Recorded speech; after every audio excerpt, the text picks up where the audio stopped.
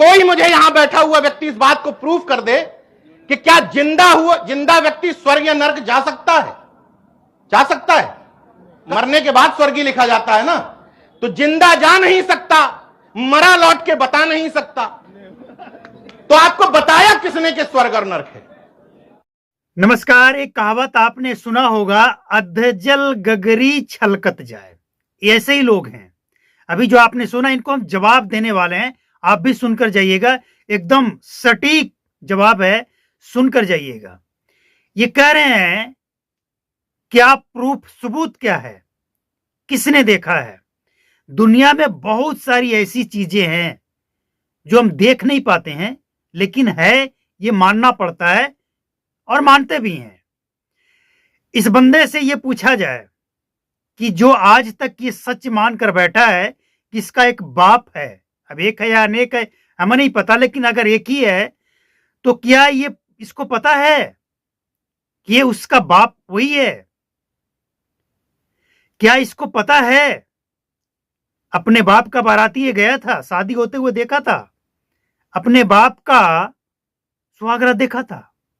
अगर नहीं तो फिर ये कैसे मान रहा है कि इसका बाप है वो? किसी ने कहा होगा या फिर किसी ने टेस्ट करके बताया होगा। डीएनए टेस्ट एक जो होता है ना, किसी ने बताया होगा ना। खुद तो नहीं देखा है, लेकिन ये बाप मानकर बैठा है। चलिए इसको रहने दीजिए। ये दिन रात जो नाक से ले रहा है और छोड़ रहा है, कभी देखा है कि हवा होता है? लेकिन होता है ना। दुनिया में बहुत सारी ऐसी चीज है। हम कभी अमेरिका नहीं गए हैं, कभी नहीं देखे हैं, तो क्या अमेरिका नहीं है ना? कैसे? किसी ने बताया, कहीं पढ़े। तो वैसे ही ये स्वर्ग नरक और ये जो भी चीजें हैं ना, ये हमारे ग्रंथों में लिखा है। और ये ग्रंथ आज का नहीं है, सदियों पुराना है। और जो लिखा है, आज बहुत सारे ऐसे बुक है जो सदियों पहले लिखा गया था, और उसके बारे में आज जब रिसर्च किया जाता है, साइंस उसके बारे में जब रिसर्च करके ये सच पाता है, तो वो खुद स्वीकार करता है कि वाकई ये हुआ है, ऐसा ही था। तो हम तो मानते हैं, लेकिन जो अधूरे ज्ञान वाले हैं, उसे पता ही नहीं कि उसका बाप कौन है, लेकिन वो बाप मानकर बैठा है। तो ऐसे लोग सोशल मीडिया पे बहुत से लोग हैं। ऐसे लोगों को जवाब देना थोड़ा जरूरी है, ताकि सही रास्ते पे आए। और ये आज या कल जब इनके शरीर में कष्ट होगा ना, कष्ट, फिर ये अपने आप स्वीकार करेगा कि भाई कोई शक्ति तो है। वही तो, एक घर चलाने के लिए घर में मालिक होता है, एक पंचायत चलाने के लिए मुखिया होता है, एक डिस्ट्रिक्ट को देखरेख करने के लिए डीएम होता है, और कई उनके अंदर होते हैं।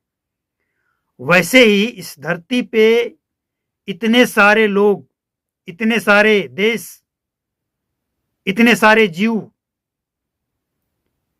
ये सब जो व्यवस्थित है, कोई तो किया होगा ना।